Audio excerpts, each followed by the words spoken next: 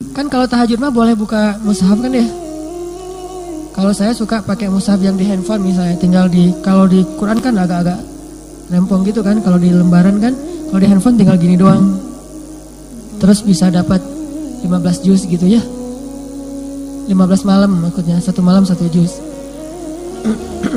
Kita baca, nah coba nanti pas tahajud sesekali kalau nggak hafal surat Al-Qiyamah, buka handphone. Tapi ini hanya untuk sholat sunnah. Kalau sholat wajib, sebagian besar ulama melarang. Kalau sholat sunnah, ulama membolehkan.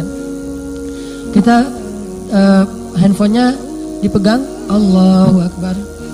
Selesai Al-Fatihah, Al-Fatihah kan nggak perlu pakai handphone kan? Masa Alhamdulillah. Terlalu manja ya, Al-Fatihah pakai handphone. Udah selesai Al-Fatihah terus dibuka, baca Al-Qiyamah. Sebelum baca Al-Qiyamah, sebelum sholat, jadi coba briefing diri kita dulu dengan baca terjemahan Al-Qiyamah. Lihat dan kayak tandain gitu ayat-ayat yang berkesan. Walaupun mudah-mudahan semua ayat berkesan, tapi ada kayak ayat misalnya di ayat 10, yaqulul insan yauma idzin ainal mafar. Pada hari itu manusia bertanya, mau lari kemana? Kiamat kan ada dua kan? Ada kiamat besar, yaitu kiamat bagi semua makhluk. Ada kiamat kecil, kiamat individu, kiamat personal, hanya beberapa orang yang ngalamin. Nah ketika kita ngalamin kiamat kecil, kematian, kita bertanya, ainal mafar, mau lari kemana coba dari kematian? Gak ada orang yang bisa lari dari kematian. Pernah dengar ada nabi yang mencoba menghindar dari kematian? Bukan lari ya, menghindar dari kematian. Nabi siapa? Nabi Idris. Nabi Idris menghindar dari kematian. Jadi pas malaikat maut lagi kayak ketemuan gitu sama Idris. Kalau kita mah kayak lagi apa? Janjian yuk ketemu di mana gitu. Ketemu sama malaikat. Jadi janjiannya para nabi itu sama malaikat. Kita hari ini nongkrong di mana? Sama malaikat. Nah kita mah sama manusia. Mereka janjiannya sama malaikat. Ketemu sama malaikat maut. Terus Idris request gitu sama malaikat maut. Malaikat boleh minta sesuatu nggak? Apaan? Boleh nggak ya minta tolong kepada Allah supaya Allah memanjangkan usia saya. Saya nggak mau meninggal dulu nih. Saya pengen berdakwah lebih banyak. Soalnya Nabi Idris paham masih ada beberapa negeri yang pengen didakwahin oleh Nabi Idris. Beliau kan orang yang sangat semangat berdakwah nih. Ngerasa masih ada beberapa tempat yang pengen didatengin. Sedangkan kematian sudah dekat. Makanya Nabi Idris minta ke malaikat, minta dong ke Allah. Kan malaikat yang tahu ajal seseorang. Kalau udah datang waktu ajal saya, minta dong ke Allah supaya Allah memanjangkan usia saya. Akhirnya malaikat pergi. Pas waktunya ajal Nabi Idris, datang nih malaikat. Idris, udah waktunya nih.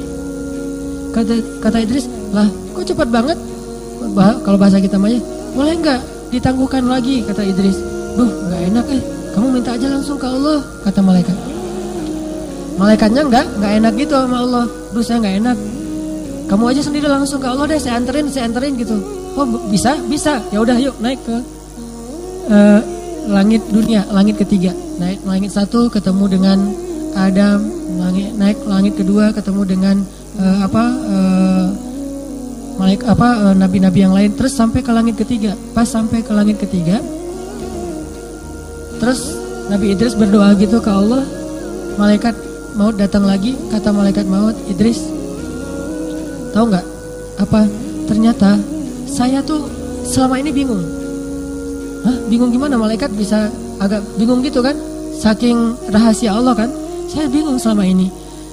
Bingung kenapa wahai malaikat? Gini, Allah itu ya mentakdirkan Nabi Idris itu nggak boleh dicabut nyawanya di dunia, harus dicabut di langit. Jadi takdir Nabi Idris cabut nyawanya nggak boleh di bumi, harus di langit. Nah saya bingung gimana ceritanya manusia ke langit baru dicabut nyawa. Namanya manusia hidupnya di bumi, cuma Nabi Muhammad yang Isra Mi'raj. Saya bingung nih gimana cara nyabut nyawanya. Ternyata takdir Allah yang saya nggak ngerti. Kamu sendiri yang minta naik ke langit ketiga. Nah emang di sini tempat kita bertemu. Wah tahu gitu saya nggak akan naik ke langit gitu. Biarin aja di bumi. Malaikat. Malaikat aduh gimana nih, naik dong Idris, males gitu.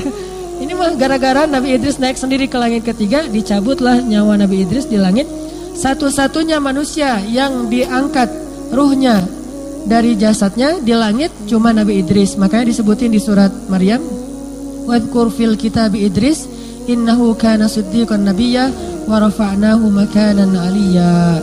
Kami angkat dia ke tempat yang tinggi, yaitu langit ketiga.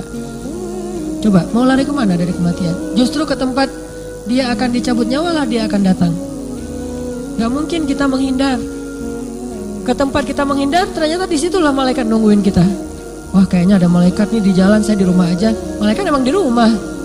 Wah, saya malas di rumah, pasti malaikat nungguin saya dari kemarin di rumah. Mending saya lari aja kemana gitu, ke laut, cari ombak misalnya ya, cek spot gitu. Ternyata di ombak kita meninggal, nauzubillah gitu ya.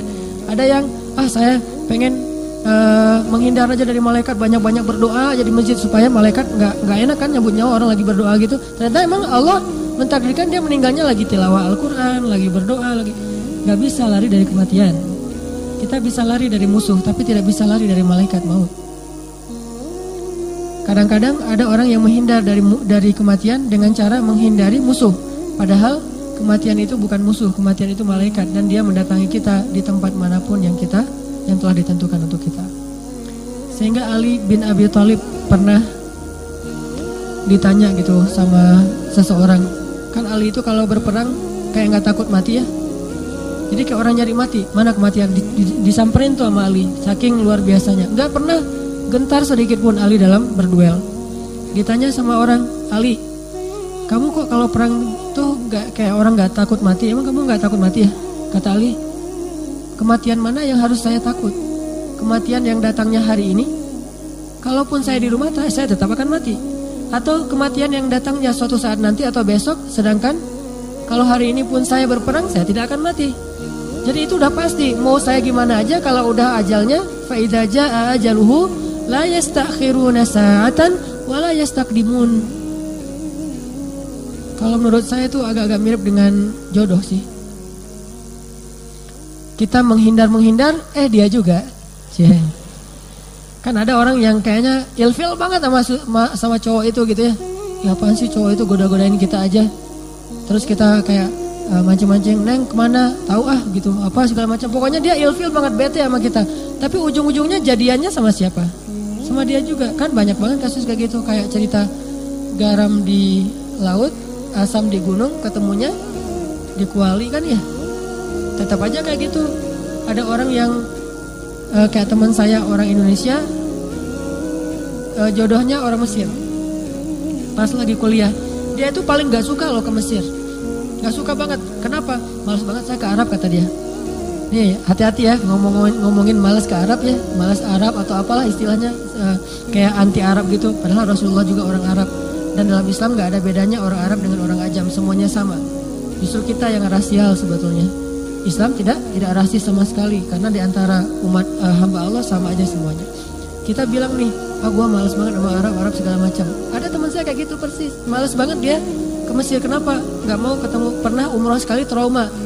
Kayak ngelihat di imigrasi Jeddah gak rapi gitu. Terus orangnya kerjanya suka-suka. Lagi ngecap paspor gitu sambil ngobrol sama temennya. Salam ngobrol-ngobrol, ngeteh dulu. Terus orang pada ngantri gitu kan. Bete kan dia, gua gak akan ke Arab lagi. Malas banget. Pas lulus sekolah, diajak temannya, kita lanjutin sekolah ke Mesir yuk. Malas gua mau ke Jerman aja kata dia. Tes ke Jerman gak ada yang lulus.